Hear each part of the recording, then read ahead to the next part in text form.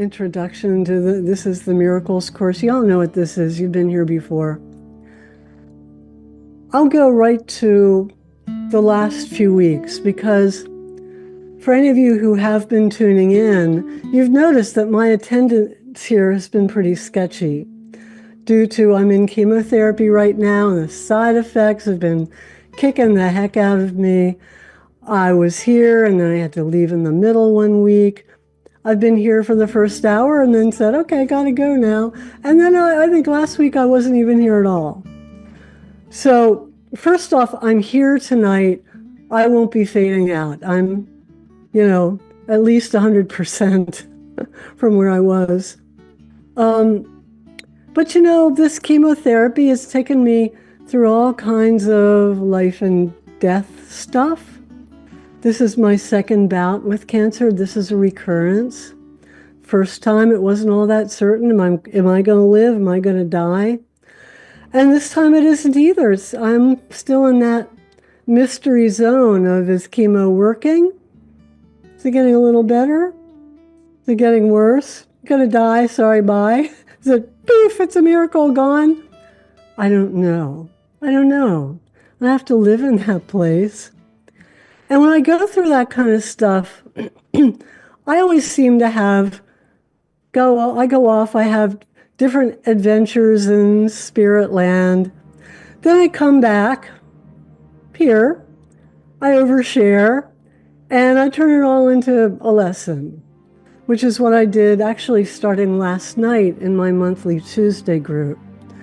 And people found it so helpful that I thought it was worth sharing here. So I'm going to digress from the regular lesson content tonight. It's actually kind of the opposite of the lesson content, and you can check that out on the website materials. I'll give you the code so that you can get into the first week in May, which is all about harnessing will. That's not what tonight I'm going to talk about, not at all. In fact, some of you who've been around for a while, in fact, some of you were even here last night, you may have heard me from time to time mention Benny. Benny is who I think of as a spiritual guide. Who's been very personal to me. He's been incredibly helpful to me again and again and again over many years, coming through for me in just remarkable ways. Doing it again last week. I see Benny TV has just logged in. Okay. Hey, Benny. Yeah, Benny's hanging. He's a little bit of a jokester, that Benny. And because, I share Benny, but I don't think that's kind of like my thing, my weird little personal guide thing. But this week has really made me realize that I think we all need a Benny in some form or another. So I want to go a little deeper and explain exactly what I mean by Benny. He first came to me decades ago when I was in the middle of a 5-day intensive. I was facilitating a woman through some very damaging early learned and baked in assumptions she held about God. And the one-on-one work we were doing spontaneously evolved into a little exercise for the whole group to identify something we have just internalized, often in a semi or completely unconscious way, that is some form of a dark God who lives within us. And this dark God is a very complicated mishmash learned from our early religious teachings. It's from God-like figures of our childhood, like our parents. They're the gods of our very early childhood. but also other adult caretakers too, and the culture around us that all merge and evolve into an inner assumed reality about life and a sense of external forces out there that are there to limit us, to judge us, to punish us, tell us we're not worthy or whatever, whatever. And if you think about it, even some of the really benevolent, God-like mythical characters that we widely celebrate, think about Santa Claus, can have a dark, scary side. I mean, think about jolly old Saint Nick. I mean, he's watching us. He's watching us 24/7. And he knows if we've been naughty or nice. And there are some really punishing consequences for any of us who are naughty. I mean, how scary is that to a little person? How scary is that? And as adults, what we might take in from this is some baked in feeling, not even a conscious thought, that there's some godly force out there judging our every move, waiting to punish us if we're naughty, or reminding us that good things just aren't going to happen for us, especially if, as a little kid, we didn't get any or many presents, no matter how good we tried to be. You know, transforming this inner dark God became a lesson of the day back then, 20 some years ago, but it also turned into a little lesson that we do here in the Miracles course. It comes up in the winter season. But that's not what we're going to do tonight. But that's where it started for me. So going back those decades ago, long ago, as I led this spontaneous dark God work for the whole group, I realized that I had a dark God who was an inner evil trickster God who would just pull the rug out from under me. Just, in maybe in small ways, maybe in really big ways, and just crash my world. Maybe just for an afternoon, a day, or just like, dang, or maybe in really big ways, big disappointments, just as things are going well. And I think he's doing this just to have a laugh at my expense. Sometimes I would even joke about this out loud when something, really went kerflooey and, twirled me up and down and splat me out again. I'd say, wow, my evil trickster God is really having a good one on me today. I would say that. And I realized, wow, I say that out loud. I talk about, I believe in this evil trickster God. I do.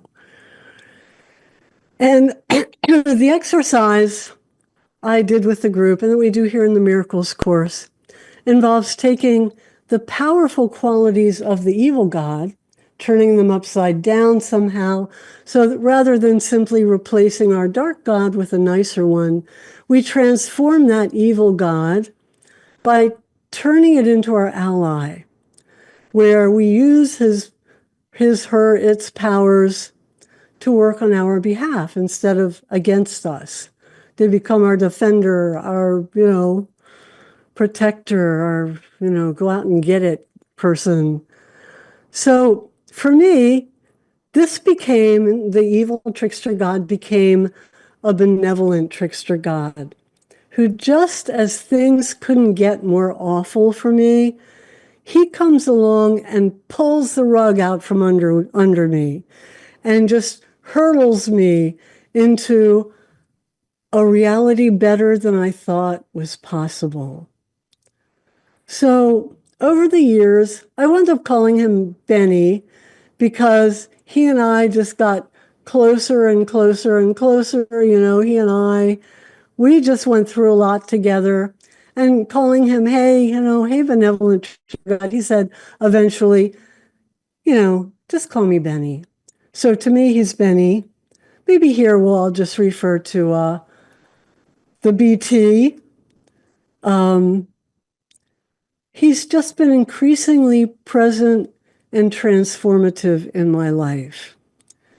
And when I'm in some wretched situations and I can't see any way out, and most of all, I've lost all the energy and motivation to do any work to get myself out. I have no motivation or will to raise my vibration. In all the ways I teach and aspire to actually practice. All I have to say is, okay, Benny, I'd like to see how you're going to get me out of this one. You better have something really good up your sleeve because this is a real mess. It's a real shit show happening here. You better have something really good on your mind. And then I just do nothing. This really sucks, Benny. I can complain, I can whine, I can show me what you got. And something amazing will happen. And that's really what happened to me last week, because my treatment process, just to get into the weeds a little bit, chemo had depleted my sodium levels, which left me feeling like I was constantly about to pass out and or throw up, and my brain turned to mush. I could barely talk or think and the antidote they found, the prescription they sent me home with, was to limit my fluid very severely, which brought on extreme dehydration, which left me feeling like I was going to faint and or throw up, and had total mush for brains, pretty much exactly the same. So no matter what, I just felt like, I'm going to die now. Bye, everybody. I'm dying. Y'all are killing me. Bye. From low sodium or dehydration. I'm dying. Bye. And I just, kept saying, okay, Benny, you better have something really good for me. Really, really good here. And what happened is that my doctors finally put on their thinking caps, like, they tested this, they tested that, they figured out, well, the real cause was chemo, or actually immunotherapy, had brought on what they're calling permanent. I never take those words seriously. I've seen cold fillings instantaneously show up. What do I think about permanent? But they say it's brought on permanent adrenal insufficiency. So what I need to do is just go on this low-dose steroids. And steroids, I don't know if anybody out there has been on steroids. It's kind of like you're Superwoman then, clear-headed, sure-footed, eat great, great appetite, started writing, really creative, intuitive, Superwoman. Can I just, be on this drug for the rest of my life? I don't know. I'm not overthinking it. I'm just realizing that Benny sent me home with some answer to some prayers.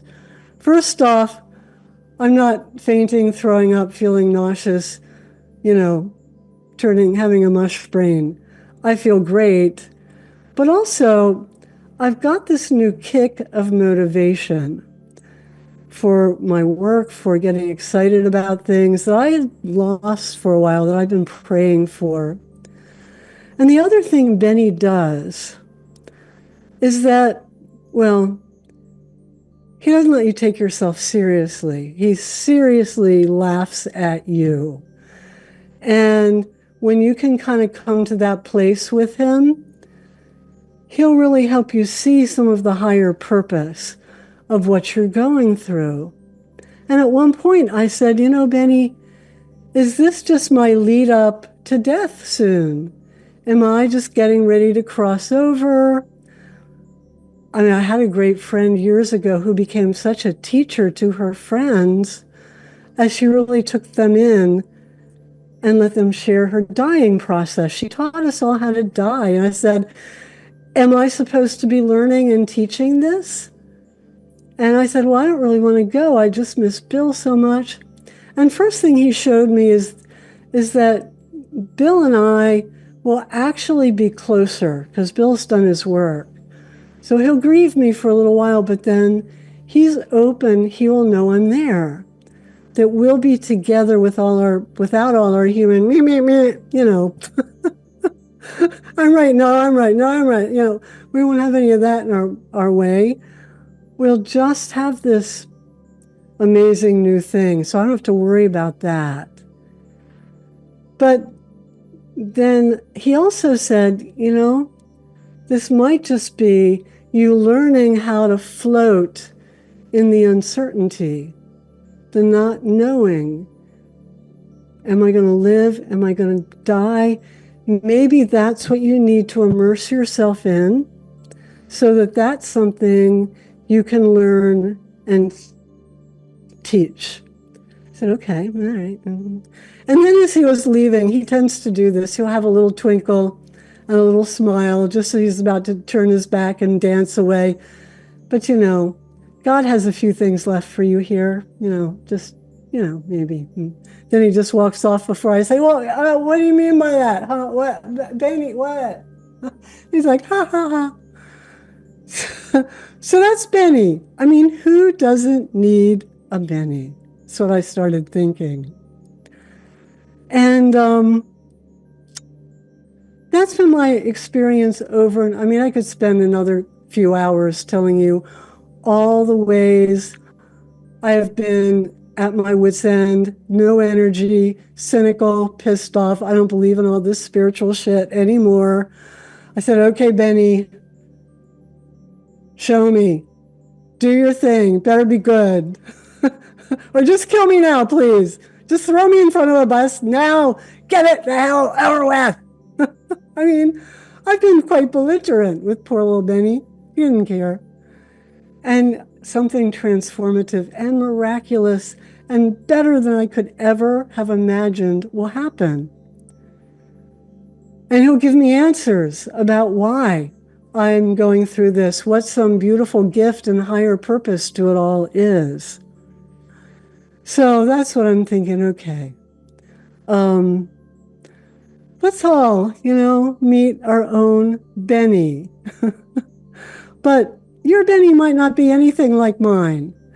I want to talk about some of the features and the perks of having your own Benny. I'll just start referring to it as your own BT, your own benevolent trickster, because I think that's what this archetype is about.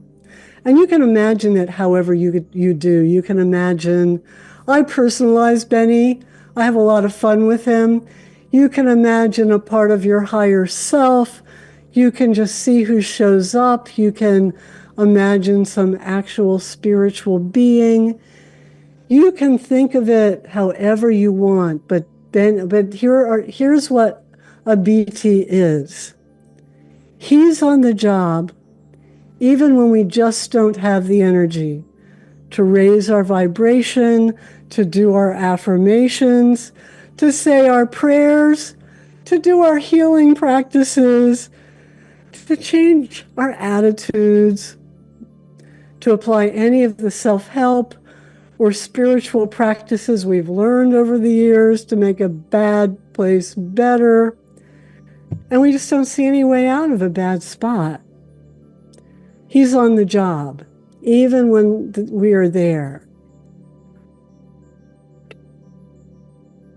And we may be in a place where we've done a lot of spiritual work in our lives. We feel like we've done the work, and we suddenly find life taking a downturn instead of rewarding us with the joy and the health and the abundance and the bliss. And our faith, in God is shaken. Like, I've done all this work, God, where's my reward? And we lose faith in all the teachers, all the teachings, all the practices we've bought into. We become cynical. So we may be in that place when we really need a Benny. And the BT, he's also a trickster. So he doesn't just come out and rescue. He lets us wallow in our own mess for a while. He lets us hang out, in it all, to really like get immersed, to saturate, to just be there with the out of control uncertainty, with the fears and the worries and the sense of a looming, frightening future. He also forces us to get over ourselves and let go of some of our baked in certainties about exactly what the limitations of our situation are and of who we are. He pushes us to where we have to let some of that go, especially as we suddenly see a circumstance shift. When we've done everything to control it, nothing's worked, we finally say, oh, the hell with this. And then boom, it shifts in some better way that we didn't have to earn or control, we didn't expect. And then Benny just laughs at us like, you silly human, look at all the drama and misery you create for yourself. Isn't it just so funny? Come on, laugh. It's funny. You see it now, don't you? Really? It's funny. And we don't have to have faith for him to work. We simply have to give him a call. That's all. We simply have to call him. We can do it belligerently. We can do it like a challenge, like show me. Or you can, as even as a curse, I dare you, I do it, blah, blah, blah, blah, I bet you can't do it this time, like blah, blah, blah. But he doesn't care. He thinks it's all just hysterically funny. But you need to call him. You need to call him. It's all you need to do. You need to call him. Now, my own personal particular Benny, he appears ancient and small, somewhat bent over, and he's wearing this big hooded robe that he kind of peeks out from under. And it's always with this really mischievous sparkle in his eyes. And in spite of being really ancient and kind of bent, he just dances a lot, little, jigs and just all kinds of wild little dances. And he laughs all the time, he kind of cackles, and he's very knowing, and he's deep and wise. You can tell he sees everything. But he's also irreverent, like ever irreverent. At the same time, he's kind. And I can feel that he loves me. No matter how much he laughs at me, I can feel how much he loves me. But he will never let me take myself too seriously. Now, your Benny may appear nothing like that and take a completely different form while still having like these qualities I'm going to go through. Number one, he is on the job. Even when you feel completely out of control, out of power, out of motivation. Two, he lets you stew a while in all that mess, in feeling afraid, in feeling out of control. And then he tricks you out of your fearful certainties into something unimaginably better. And number three, he doesn't let you take yourself too seriously. Not for a minute. And he helps you get enough distance from your drama to really be able to laugh at yourself. And when you're able to do that, to really join him and say, oh yeah, okay, That I get it. That is pretty funny. Then he'll show you the higher purpose of what you're going through. Now, if he showed you that right away, you'd just curse at him and, try to kick at him, and he'd just dance and laugh. He wouldn't even try to show you all that when you're really stewing in the mess. But when you've got enough distance, then he'll show you. It might just be a little whisper, a little glimmer, but he'll show you. So we are going to do a meditation where you get to meet and call upon your Benny, your BT. But first I want to just open it up a little bit to let you all share. What do you think about that? What questions does it have? What feelings does it raise? Whatever you got. I'll turn it over to you all. If you want to speak, just unmute yourself. Yeah, Deb. Okay, so I was with you last fall when we did this Benny thing. Well, you did the dark god thing. Yes, we did. Yeah. Yes. So I remember that. Benny was really my dark god. I am now sharing my dark god with everyone. It's a little subtly different. Yeah. So I just want to make sure I'm clear before I go into this meditation, so I get the right gist. Is this a positive guy or a negative guy?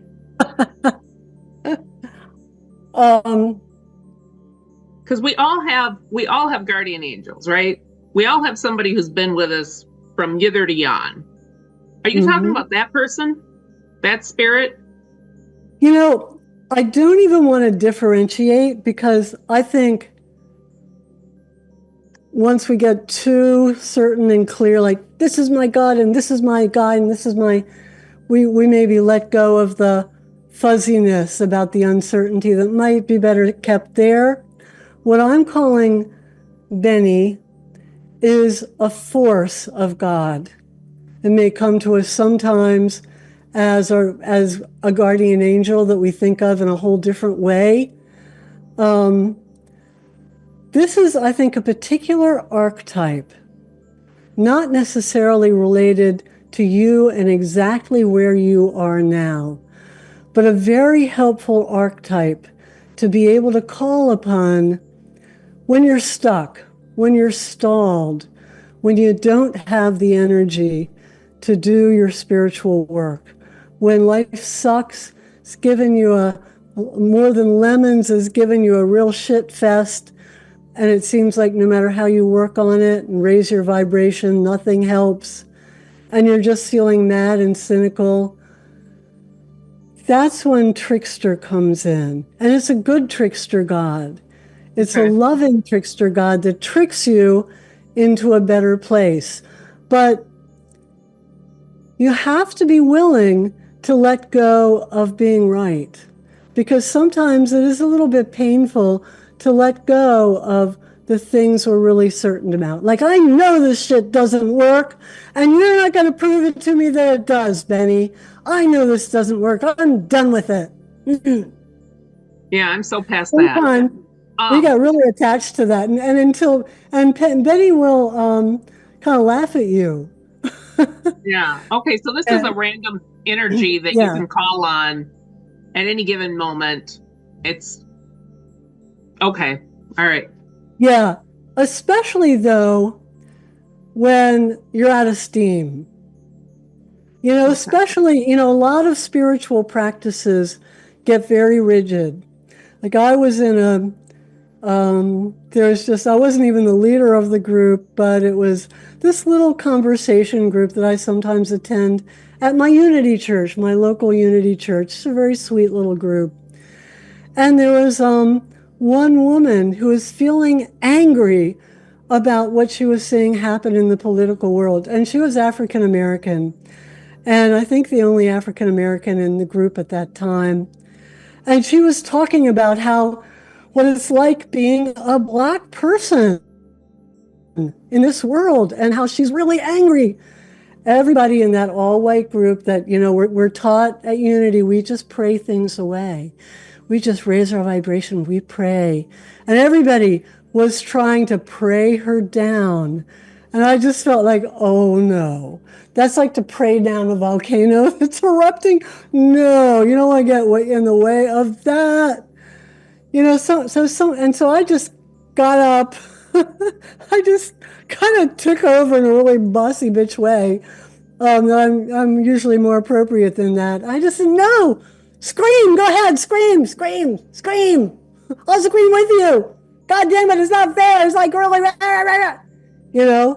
And I saw her in subsequent weeks. She just went to a really different place. But that within the context of that spiritual practice, all there is we pray it away. We pray it away. And sometimes we just get to that Mount Vesuvius, I'm just boiling over place, or I just give up place, or I've just gotten cynical place. And all our techniques don't seem to be working anymore. I know for me, the way that happened over the last month, my first month and a half, 2 months of chemo, I was feeling great. I felt like my vibration was high. I wasn't in a fear place. I wasn't feeling very bad. I was doing fine. And then all of a sudden, my physical body felt really wretched all the time. And I felt like I've lost God. I've lost the connection. I can't bring myself to meditate. I don't want to meditate. I don't want to do anything but lie here in bed and pet a cat. That's all I got.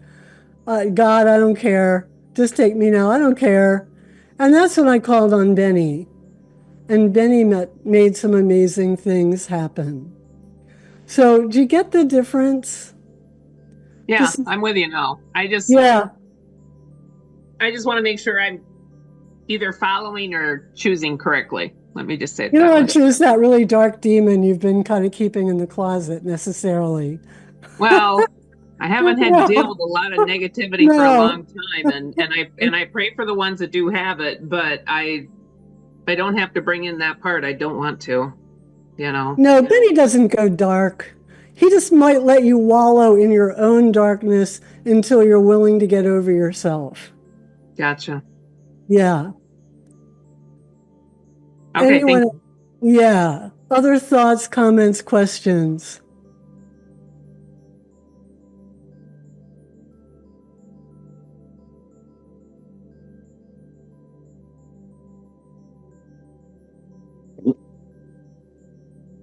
Yeah, I really resonate with everything you said. I feel like I've met him before in the past, but not really. Mm-hmm. Like I guess I didn't put like a face to it, but I always noticed that a lot of times when all this stuff comes up, it's like keep pushing forward. Then there's like the like the moment. So now I'm encouraged to actually go in and be like, all right, where are you, dude? And I found he's been that trickster and been hiding, and like the little glimpses. It's like more like a leprechaun. Yeah, and you're doing more of a shamanic path, so you should really know about that trickster character. I imagine you call it the sacred gesture. Yeah. Or the sacred fool. That's what I feel like, that archetype, the sacred fool. It's like he's the only one that gets to make fun of the king, but it's always in a way that's going to make the king grow. Yeah. So I'm like, oh yeah, I have one of those guys too. So thanks for sharing that. Yeah, you got it. I found myself, the more I call on Benny, the more I just hang out with him. Lately, I've just been thanking him, just loving on him. I haven't usually gone to that place with Benny. It was sort of like, well, thanks for saving my ass, dude. See you later. Yeah. And lately, I've just been feeling like, aw, Benny, thank you. Thanks. So I find the more I just remember to call him, even if it's in the most belligerent way, the more he's there for me. Yeah, he's been showing up in my tarot a lot, like the Fool card. So I'm like, oh, and then Temperance would be the Fool and Temperance have always been the So, but yeah, thanks for sharing that because now I have like more of a I have a meeting. Yeah, another trick to put in your big shamanic bag. Yep. I was gonna say Brandon and I aren't together right now, but since you're bringing up inner child stuff before and during this class, for Brandon, I see your mischievous look that you do sometimes. I saw a face to it, and it's the look I said you must have been a brat to your sister when you were little with that look. So maybe it could even be a part of us that comes up, is what I was kind of seeing, because I kind of saw my little inner child being a mischievous, like, oh, look at this. But that's kind of the info I was getting when you were talking. A little bit. Yeah.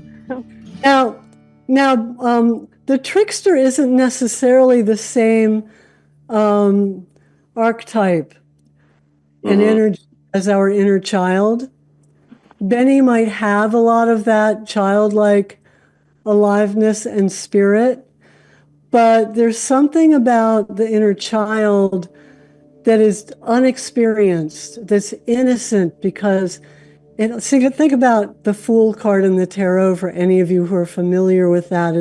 It's like that pure innocence that hasn't become jaded yet because it hasn't gone down deep into materiality. Benny's been there and back and over and around and up and down, and he's got that childlike spark alive, but he's deep and ancient and a lot more at the same time. So you know, there might be a little bit of a separation there that you notice. Like a wise, like you're describing it. I just got that image, but then you were talking about the wise and the cloak and all of that. Yeah. Might be more like Baby Yoda, you know? I was just going to say that, Grogu. Anything else? Sherry. Yeah. So when you were talking to shamanic, I was thinking about the coyote as being the trickster. So that's one of the things in my shamanic studies we talk about. And I felt the coyote was around a lot. But I never really thought of coyote so much as a friend. But a lot of times if something bad or seemingly bad would happen, I would kind of immediately call on the trickster, like, okay, I know you're up to something. Kind of like, so what is it? But I always know that it always seemed kind of like what you're saying is that it started out seeming to be like it wasn't going to be good. And then a lot of times it would turn around, like it would fool me. So I got to the point where I wouldn't overreact when something negative happened, because I felt like something good was going to happen that I didn't expect. Flip side, you know. And I want to add a little more dimension to that, because there certainly is this big overarching archetype of the trickster, the coyote, and it's not always friendly. You know, it's not. I mean, I had a dark trickster god who had just really kicked me on my butt when I felt like I was flying high. So I was scared of the trickster. What I'm suggesting here is that we really invite in our personal variation of a trickster archetype who is a benevolent ally to us. Something more personal and more shaped and defined than the big overarching universal archetype of the trickster. I know we're getting into subtleties here, but see if you can wrap your brain around that a little bit. Does that make sense? Yeah.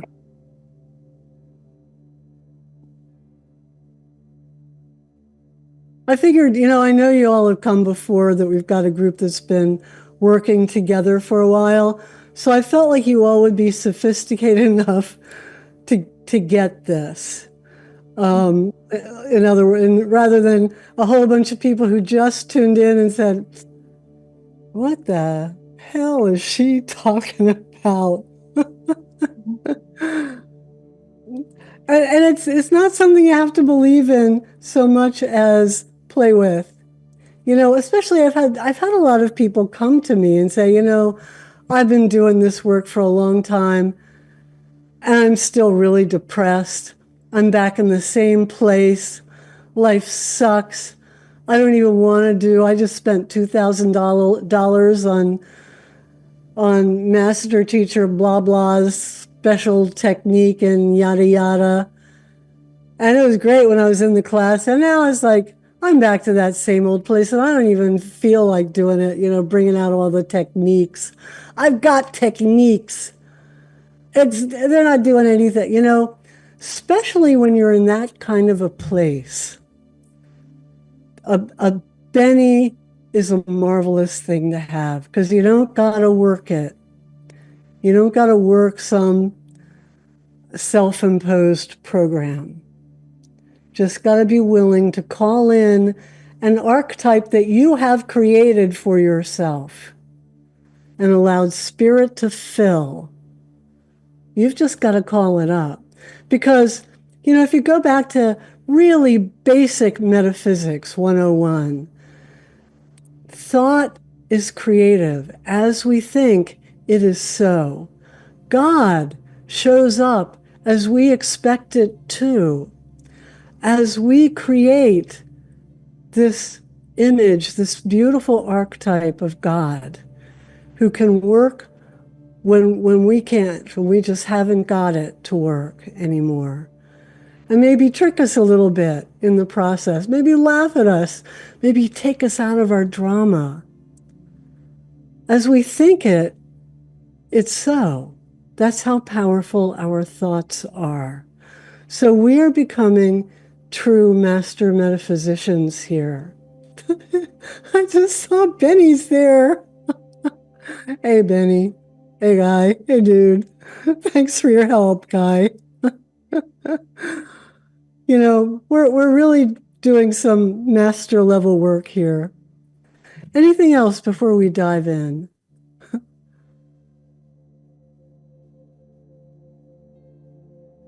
Okay, well, just get comfortable in your seat. Just relax your body. Just quiet your mind with some deep, full breaths.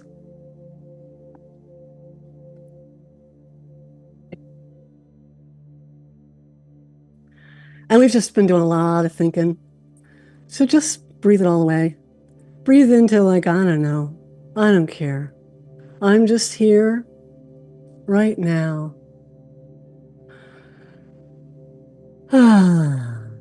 Just allowing myself to breathe. I notice that it feels pretty good to stop thinking for a moment, to just settle into my body, letting it relax, letting my brain relax.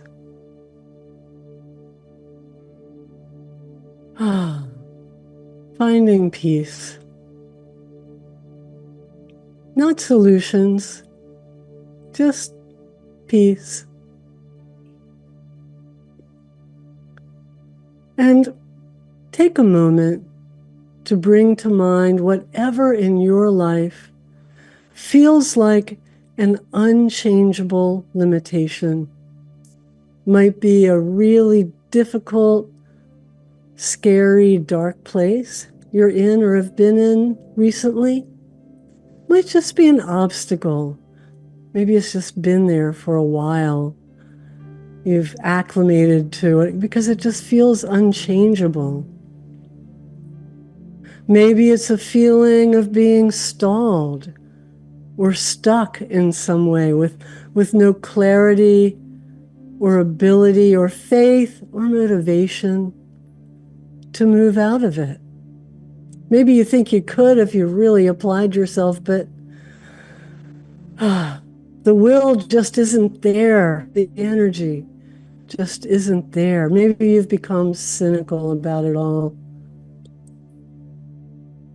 And just look for some aspect of your life, your situation, where you're just not seeing or feeling a path forward.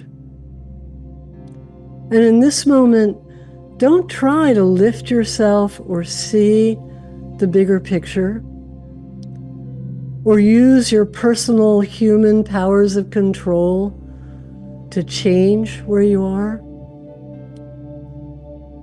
Don't try to find the blessing, or even challenge yourself to be any other than where you are, anything other than depressed or disappointed or fearful or cynical or angry or out of control. Wherever else you tend to go when faith and energy leave you. Maybe you try to struggle against this place when you're in it. Maybe you just go deeper, spiral downward, get more depressed and more cynical. And for now, instead of trying to pull yourself out, just let yourself be there. Don't try to be a spiritual warrior. And without needing to even believe that there is a benevolent trickster out there for you, a BT, just be willing to play with the idea for a moment. You don't have to believe. Just extend an invitation. Maybe it comes with a bit of a challenge. Okay, BT, if you're out there, show yourself. Okay, let me see what you can do. What have you got up your sleeve for me? I'm bringing nothing to the table, just so you know. But I'm calling you. I'm calling you. And take a moment. Play in your imagination. And see who shows up. Right now. Take a moment with this right now. Let your imagination just play with the details. When you say, okay, Benny, show up, show yourself. What happens? Who or what do you see or hear or feel? Whatever it is, this is a presence that's wise, but also filled with a laughing jokester spirit. It's benevolent. It really has nothing but love for you. It never judges or wants to punish you, but also doesn't take any of your human drama seriously. And it finds your angst ever so funny, even though it also can have just deep compassion.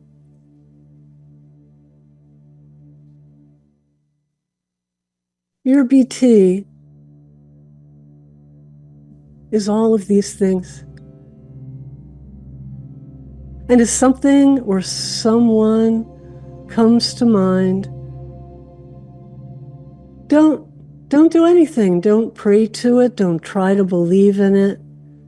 Don't even bother to let go of your doubt or cynicism. Simply say in your own words and in your own style, okay, BT, let's see what you can make out of this mess. Show me. Show me. I'm bringing nothing to the table here. Show me what you got. And don't expect an instant reveal. Just hang out with your BT, or even just the idea of your trickster.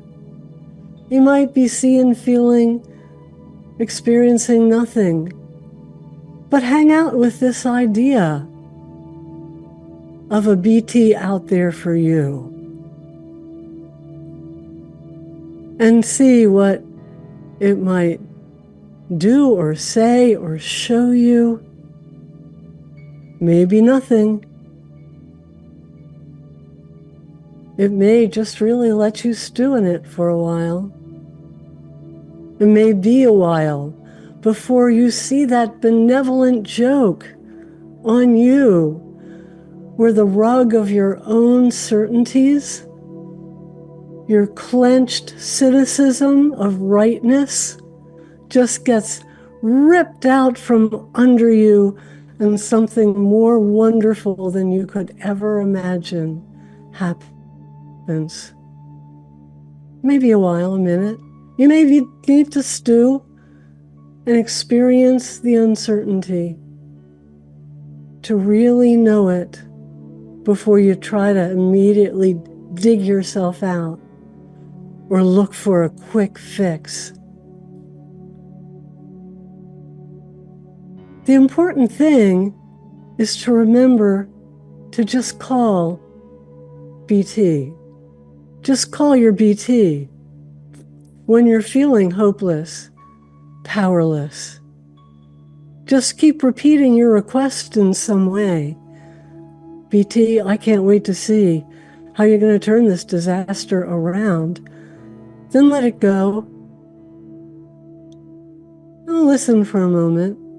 See if your Benny, your BT, has any response for you. But don't expect one, just let go after that.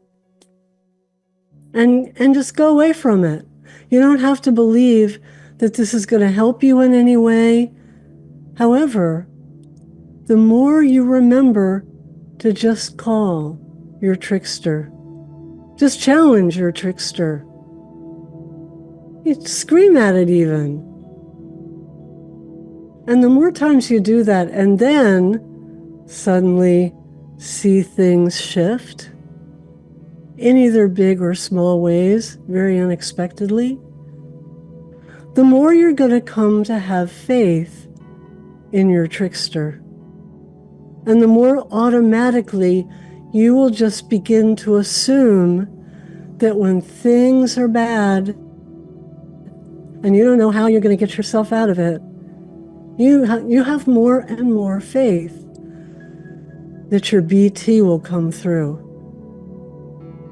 And all of a sudden you find yourself feeling safer, even in those floating in the uncertainty times, the dark, scary times. You'll start to know that even though you don't see a way forward, you don't see a light at the end of this tunnel, you know Benny can do it. Because, the trickster has for you before, and you're starting to see, I think I have some faith in Benny. I can let go a little bit. I can let go. I can feel safe. And you'll start to believe that even when you don't see how, you'll start to know that something wonderful is going to come out of this without having you have to find a way to control it or somehow step into your inner warrior spark or sit for hours in meditation to raise your vibration, to discipline your will. Even without all that, you will have an ally who may make you get over yourself, laugh at yourself, let go of your certainties, your rightness, but will always come through. And then pull you aside and show you the great gifts that truly are here for you in this darkness, the things you've learned, are learning, the way this is adding some new depth and brilliance and polish to your soul. The way this is helping you tap into greater levels of joy that you didn't dare ask for, and perhaps have a much greater positive impact on the world around you. Benny will just pull you to the side. Maybe in just the quickest little mercurial glimpse, BT will show you some of this. He'll connect some of the dots, and you'll wonder, did I make that up? But it was so huge and explained so much and left you feeling so at peace that in the end you knew. And you said, thank you. Thank you, BT. Thank you. So gently now, bring yourself back and take some deep breaths. And you don't have to do anything else. I know in our group last night, which was a committed monthly group, people who've gotten to know each other over time doing this work together. It's a 2-hour group. We did all this work together, and sometimes I say, go out, maintain the silence, stay in that high vibrational state. This time it was more like a mutual agreement, like, no, we're going to go hang on the couch, eat ice cream, maybe have a glass of wine. We watch reality TV, something really mindless, whatever we want.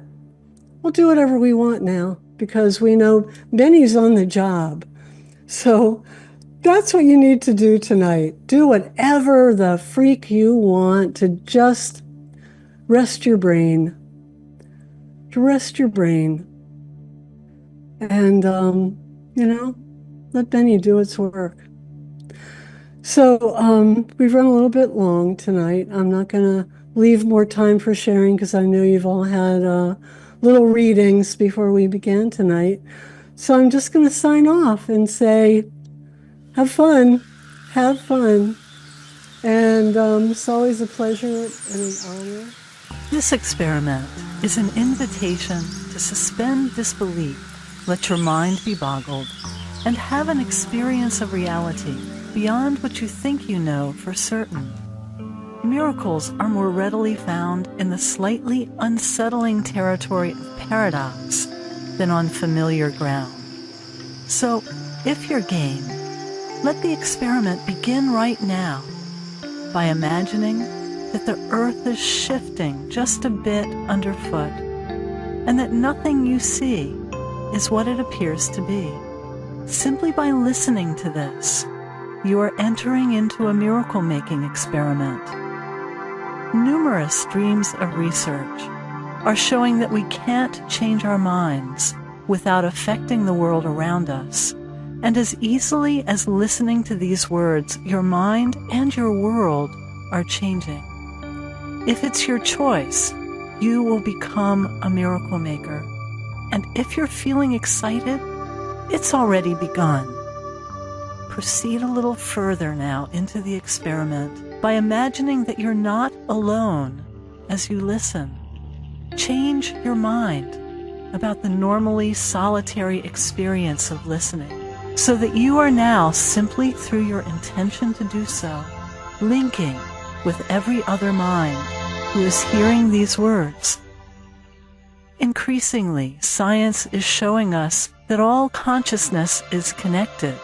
To quote one of the pioneers of modern physics, Erwin Schrödinger, on the nature of consciousness, the overall number of minds is just one. To wade a little more deeply into the fuzzy edges of reality, let go of what you think you know about time. Einstein proved in his theory of relativity that time and space aren't a fixed neutral container for matter and can be altered by what they contain. Time is a more fluid thing than we realize. As Helmut Schmidt, one of the early researchers of mind over matter, discovered in his extensive work with random event generators. He not only found statistically significant evidence suggesting that consciousness alone can indeed affect matter, but also that consciousness can affect matter in the past. Other researchers have found the same. So, without quite understanding how, imagine that your mind is transcending the fluid boundaries of time and space to connect with every mind that has in the past and will in the future hear these words. This is happening automatically simply because you're thinking it. You don't even need to believe it. Just imagine what it would feel like if you did. Picture this joined consciousness as clear, beautiful, and only positive. As we join minds in this way, we leave behind the clutter of small, weak thoughts that so often cloud our attention, and we rise into a higher mind that is wise and wonderful. In this higher mind, we amplify each other's power for good and automatically repel harm. You may already feel a difference. Your senses may be a little sharper. You might feel warmth or tingling or gooseflesh. Perhaps you're a little more awake. You may notice that your body is relaxing and you're breathing more deeply. You may feel nothing at all, the real magic happening outside of your conscious awareness. It doesn't matter what you perceive. Just imagine what it would be like if you felt certain, beyond a shadow of a doubt, that miracles are normal and starting to unfold in your life. And now here comes the important part. For a moment, hold the deepest, most heartfelt intention that everyone experiencing these words, past, present, and future, receives something wonderful. And imagine that just by listening with intent, you will too. Hold this thought lightly and with wonder, like you would a butterfly that just lit in your hand.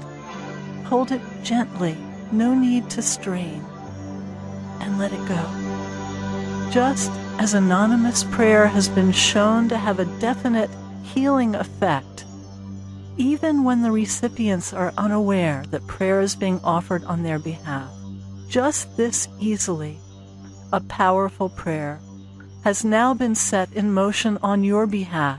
And after you have done this, if you notice a waft of rose scent that has no discernible source, or you see butterflies or feathers or some cherished symbol, wherever you go, just say thank you. As you've opened yourself to God, God is showing itself to you. And now you've become more than a passive listener. You've become part of this experiment, reshaping matter and calling forth miracles for yourself and countless others whom you will never know.